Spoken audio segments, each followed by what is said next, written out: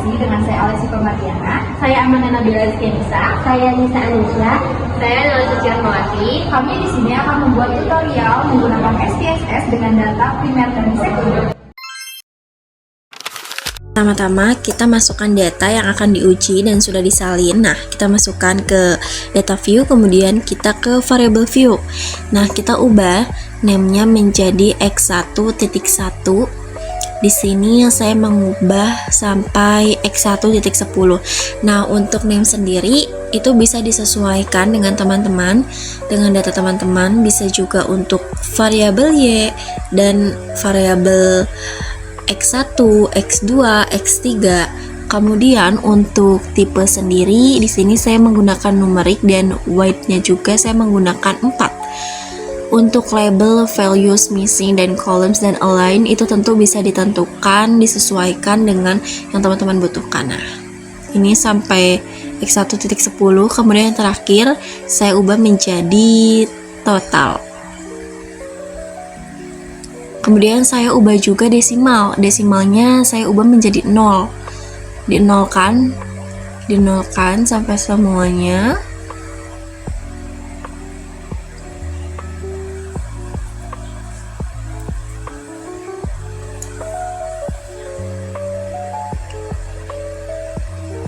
Kemudian kita ubah juga measure menjadi scale. Semuanya saya ubah jadi scale. Nah, kemudian kita pindah ke data view lagi. Nah, ini hasil dari yang sudah tadi kita ubah. Kemudian kita akan uji validitas. Yang pertama kita ke analyze, kemudian ke correlate dan pilih bivariate. Nah, ini semuanya kita akan masukkan ke variables dengan cara Ctrl A ya teman-teman. Nah, kita pindahkan ke variables dan ini harus di checklist ya personnya, kemudian OK. Nah, ini hasil outputnya dari uji validitas variabel X. Jadi, dari hasil uji validitas pada anggaran berbasis kinerja atau variabel X itu dapat disimpulkan nih bahwa secara keseluruhan dari item pertanyaan atau kuesionernya itu dapat mengukur variabel dan valid. Nah, hal ini tuh dapat dihitung nih dengan R hitungnya itu lebih besar daripada R tabel, nah itu baru valid.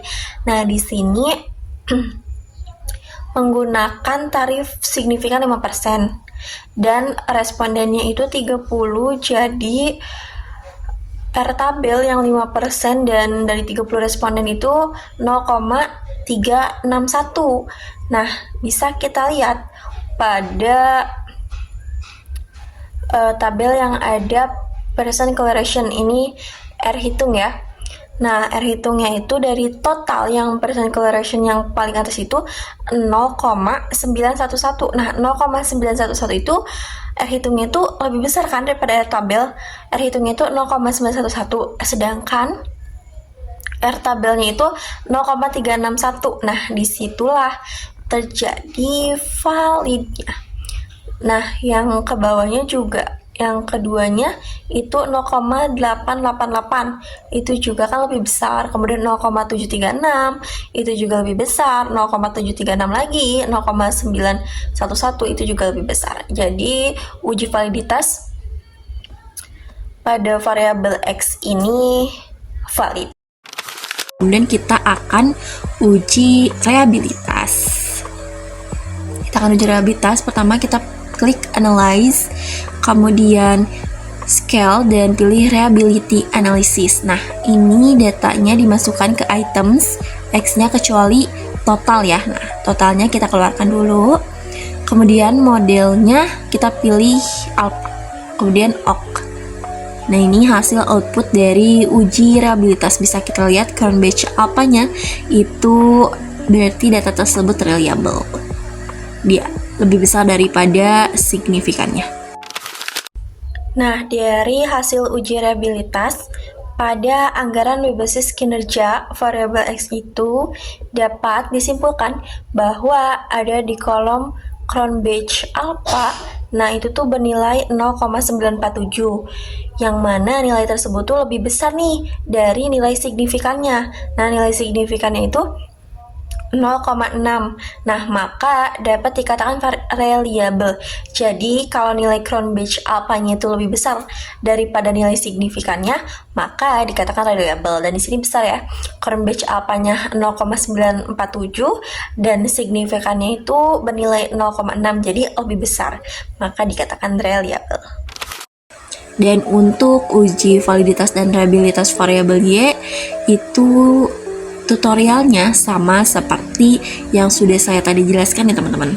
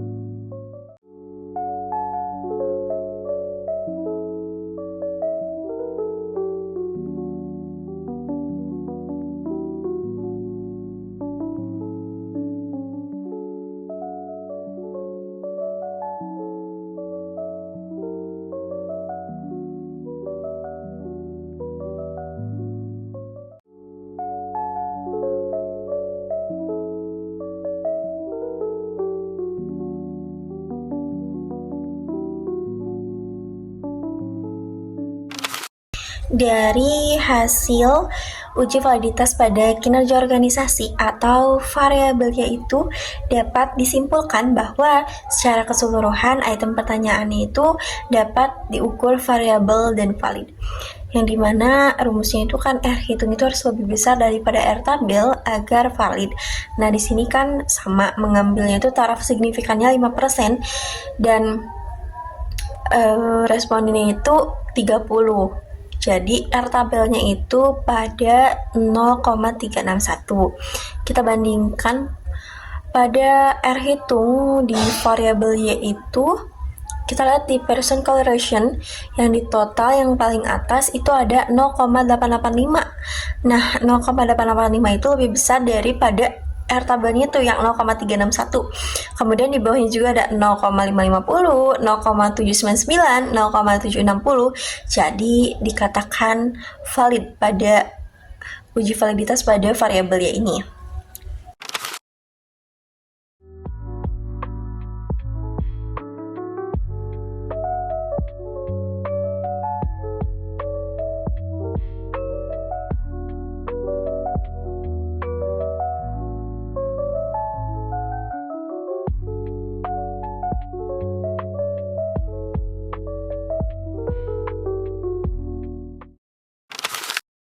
Dari hasil uji reliabilitas pada kinerja organisasi atau variabel Y dapat disimpulkan bahwa di kolom Cronbach alpha-nya itu bernilai 0,913, yang mana nilai tersebut tuh lebih besar dari nilai signifikannya yaitu 0,6. Maka dapat dikatakan reliable karena nilai Cronbach alpha-nya lebih besar daripada nilai signifikannya.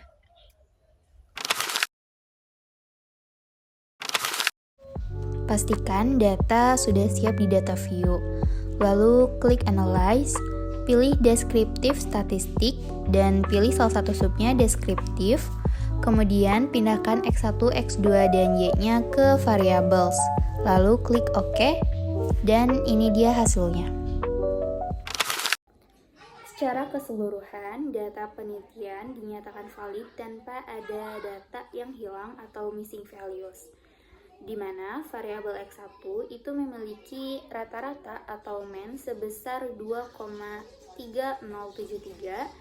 Data ini bersifat homogen atau seragam karena nilai standar deviasinya yaitu 0,811 lebih kecil dari nilai rata-ratanya, yang berarti jawaban responden itu cenderung serupa. Selanjutnya variabel X2 yaitu memiliki rata-rata atau mean-nya sebesar 5,3035. Variabel ini memiliki variasi jawaban yang lebih beragam dibandingkan yang X1. Namun, secara umum responden memberikan penilaian yang cukup tinggi pada variabel ini. Yang terakhir yaitu variabel Y. Variabel Y ini memiliki rata-rata atau mean-nya sebesar 1,9502. Data pada variabel ini itu memiliki tingkat penyebaran yang tinggi karena nilai standar deviasinya yaitu 1,951 hampir sama dengan nilai rata-ratanya yang menunjukkan adanya perbedaan jawaban yang signifikan antar responden. Jadi kesimpulannya adalah data ini telah memenuhi syarat untuk dilanjutkan ke analisis tahap berikutnya seperti analisis regresi linear berganda untuk melihat hubungan antar variabel tersebut. Nah, selanjutnya uji normalitas. Pertama, kita pilih analyze dan klik regression, lalu klik linear. Selanjutnya, masukkan variabel Y ke dependent dan variabel X ke independent. Lalu pilih plots, checklist bagian histogram dan normal probability plot, klik continue, klik save, checklist pada bagian unstandardized, lalu klik continue, pilih OK,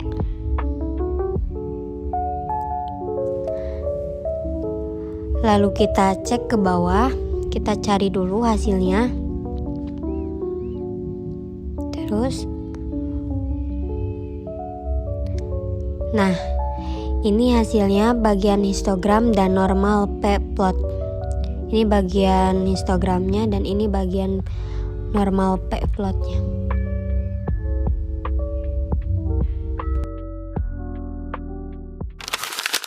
Hasil pengujian normalitas pada histogram di atas menunjukkan bahwa data berdistribusi normal karena grafik histogram berbentuk asimetris yaitu tidak condong ke kiri ataupun ke kanan dan berbentuk seperti lonceng. Hasil pengujian normalitas data dengan menggunakan grafik p-plot terlihat bahwa titik-titik data yang berjumlah 4 buah titik data menyebar di sekitar garis diagonal dan mengikuti garis diagonal yang mengindikasikan residual data telah berdistribusi secara normal. Pertama kita klik analyze, kemudian kita pilih non-parametric test. Selanjutnya legacy dialog dan kita pilih satu sampel KS. Terus kita pindahkan bagian unstandardized dan klik OK. Dan ini dia hasilnya. Pada uji Kolmogorov-Smirnov, residual data dikatakan normal jika nilai signifikan yang diperoleh lebih dari 0,05. Jika nilai signifikan kurang dari 0,05, maka residual data dikatakan tidak normal. Tabel tersebut menunjukkan bahwa besarnya nilai asim-sig 2 Tailed adalah 0,729 dan lebih besar dari 0,05, maka dapat disimpulkan bahwa nilai residual berdistribusi normal atau uji normalitas terpenuhi. Uji multikolinearitas, pilih analyze, klik regression, lalu pilih linear. Selanjutnya masukkan variabel Y ke dependent dan variabel X ke independent.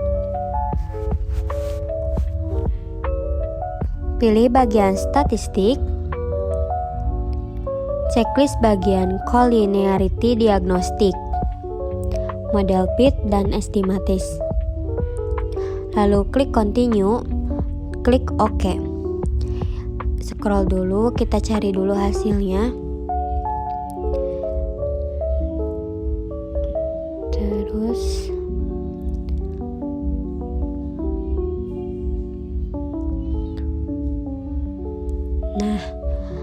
tabel uji multikolinearitas terdapat pada tabel koefisien. Bisa kita lihat ya, ini.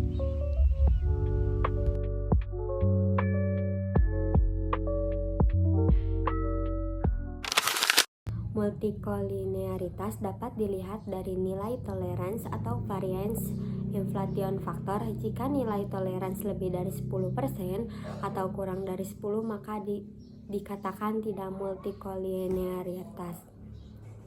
Berdasarkan hasil output SPSS pada tabel memiliki nilai VIP 1,001 kurang dari 10 dan nilai toleransi 0,999 lebih besar dari 0,10. Jadi dapat disimpulkan bahwa tidak terjadi multikolinearitas antar variabel independen dalam model regresi.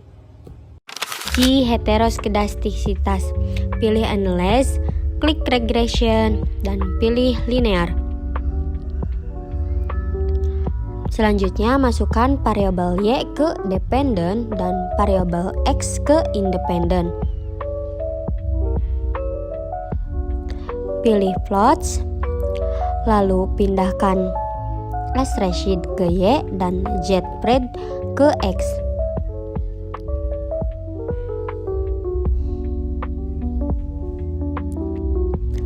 Klik continue, lalu pilih OK. Scroll ke bawah. Nah, ini dia hasilnya. Hasil dari uji scatter plot terlihat titik-titik menyebar secara acak, tidak membentuk suatu pola tertentu, serta tersebar baik di atas maupun di bawah angka 0 pada sumbu Y. Hal ini berarti tidak terjadi heteroskedastisitas pada model regresi. Selanjutnya uji autokorelasi. Langkah-langkahnya klik analyze, klik regression, pilih linear, masukkan variabel Y ke dependen dan variabel X ke independen. Lalu klik statistik, beri tanda checklist pada estimates model Pitt dan Darwin-Watson, kemudian klik continue, lalu pilih OK. Nah, ini hasilnya. Di model summary bisa kita lihat di kolom Darwin-Watson.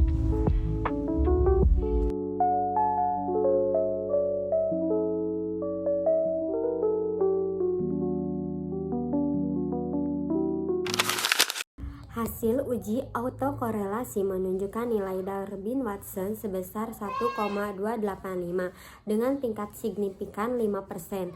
Jumlah pengamatan N sama dengan 40 dan jumlah variabel independen K sama dengan 2. Diperoleh nilai DU sebesar 1,600 sehingga nilai 4 min DU sebesar 2,400. Berdasarkan kriteria pengujian Darwin-Watson, model regresi dinyatakan bebas autokorelasi apabila memenuhi syarat DU kurang dari 4 min DU. Dilihat dari uji di atas, nilai Darwin-Watson lebih kecil dari DU, maka syarat tersebut tidak terpenuhi. Dengan demikian, dapat disimpulkan bahwa model regresi mengalami autokorelasi positif. Untuk langkah-langkahnya yaitu klik analyze, lalu klik regression, dan klik linear. Selanjutnya masukkan variabel dependen ke kotak dependen. Lalu masukkan seluruh variabel independen ke kotak independen. Selanjutnya klik pada statistik dan centang pada bagian estimate, model fit, dan juga collinearity di agnostik. Lalu klik continue dan OK.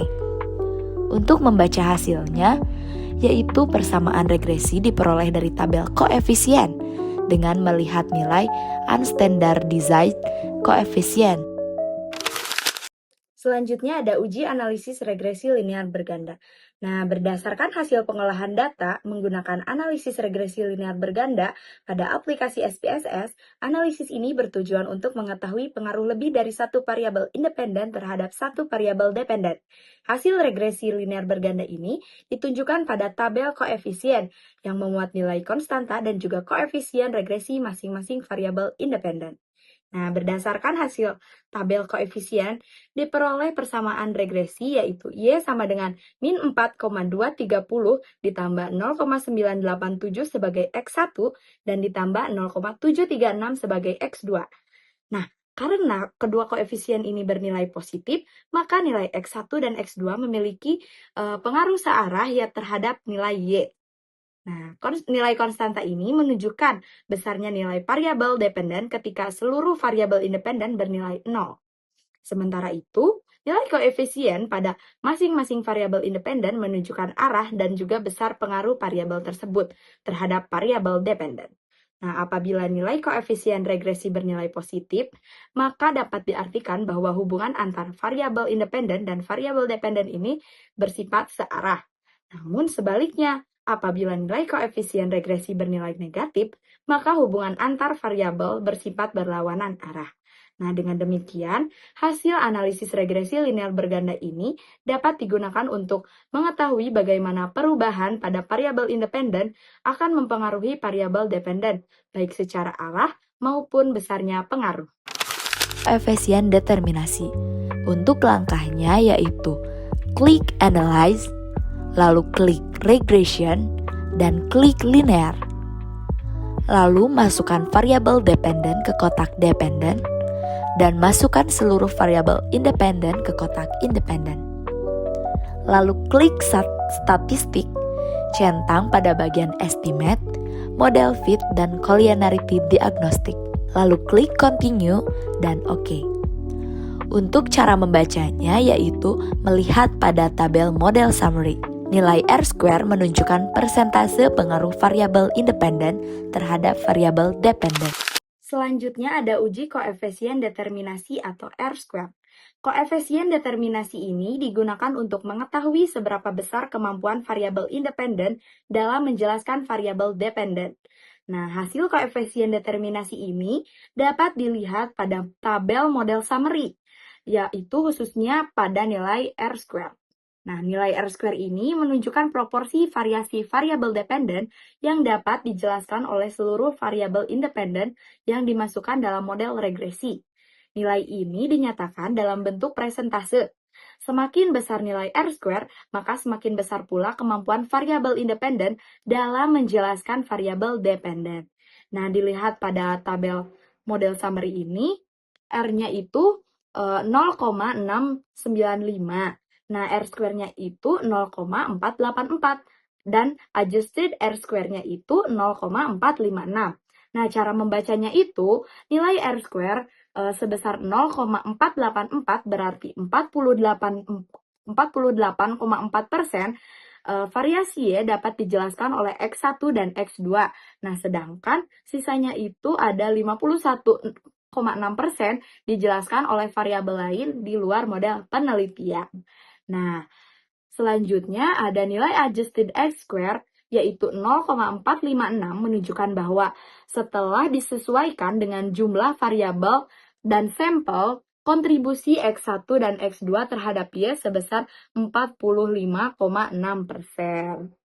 Dengan demikian, koefisien determinasi ini memberikan gambaran mengenai seberapa baik model regresi yang digunakan dalam penelitian ini, serta menunjukkan sejauh mana variabel independen berkontribusi terhadap perubahan variabel dependen, sedangkan sisanya itu dijelaskan oleh faktor lain atau di luar model penelitian. Selanjutnya ada uji hipotesis. Untuk langkahnya yaitu klik analyze, lalu klik regression dan linear.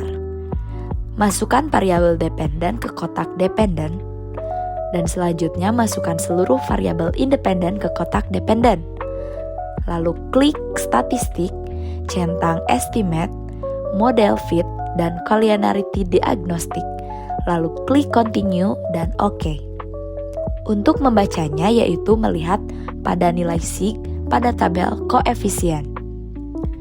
Jika signya lebih kecil dari 0,05, maka hipotesis diterima. Jadi berdasarkan hasil uji parsial atau uji T, diperoleh nilai signifikasi variabel X itu sebesar 0,001 dan 0,000. Karena nilai signifikasinya itu kurang dari 0,05, maka variabel tersebut itu berpengaruh signifikan secara parsial terhadap variabel dependen.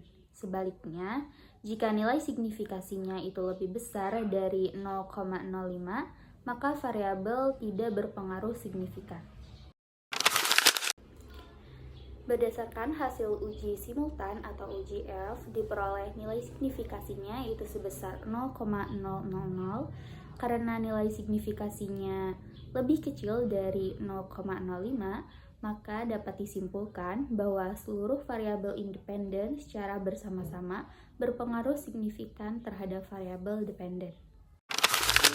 Untuk langkahnya yaitu klik analyze, lalu klik correlate, dan pilih yang bivariate. Lalu masukkan variabel yang akan diuji ke kotak variabel. Centang pada bagian person correlation dan two-tiled. Lalu klik OK. Dan yang terakhir yaitu ada uji koefisien korelasi. Nah, koefisien korelasi ini digunakan untuk mengetahui tingkat keeratan antar variabel penelitian. Hasil dari uji koefisien korelasi ini dapat dilihat pada tabel correlation, khususnya yaitu pada person correlation dan juga nilai signifikansinya. Nah, di sini dilihat dari tabel correlation itu, yang pertama ada hubungan X1 dengan Y, di mana dengan R kecilnya yaitu 0,427 dan juga nilai signifikansinya itu ada 0,006. Artinya hubungannya itu positif dan juga bersignifikan karena 0,006 itu lebih kecil daripada 0,05. Dan yang kedua yaitu ada hubungan X2 dengan Y, di mana dengan R kecilnya yaitu 0,561 dan juga nilai signifikansinya itu ada 0,000. Nah, artinya itu hubungannya itu positif dan juga tingkat hubungannya sangat kuat dan juga bersignifikan. Dan yang terakhir yaitu ada hubungan X1 dengan X2, di mana dengan R-nya itu 0,030 dan juga nilai signifikansinya itu ada 0,856. Artinya hubungannya itu sangat lemah dan juga tidak bersignifikan. Nah, nilai person correlation ini menunjukkan arah dan juga kekuatan hubungan antar variabel. Apabila nilai korelasi positif menunjukkannya itu hubungannya searah. Namun sebaliknya jika nilai korelasinya itu negatif, maka menunjukkan bahwa hubungannya itu berlawanan arah. Nah, tingkat kekuatan hubungan itu dapat dikategorikan mulai dari sangat lemah hingga sangat kuat berdasarkan besar kecilnya nilai korelasi. Nah, selain itu juga, nilai signifikan digunakan untuk mengetahui hubungan antar variabel tersebut signifikan secara statistik. Nah, apabila nilai signifikan lebih kecil dari 0,05, maka hubungan antar variabelnya itu dinyatakan signifikan. Sebaliknya, apabila nilai signifikasinya itu ada lebih dari 0,05, maka hubungan antar variabelnya itu tidak signifikan.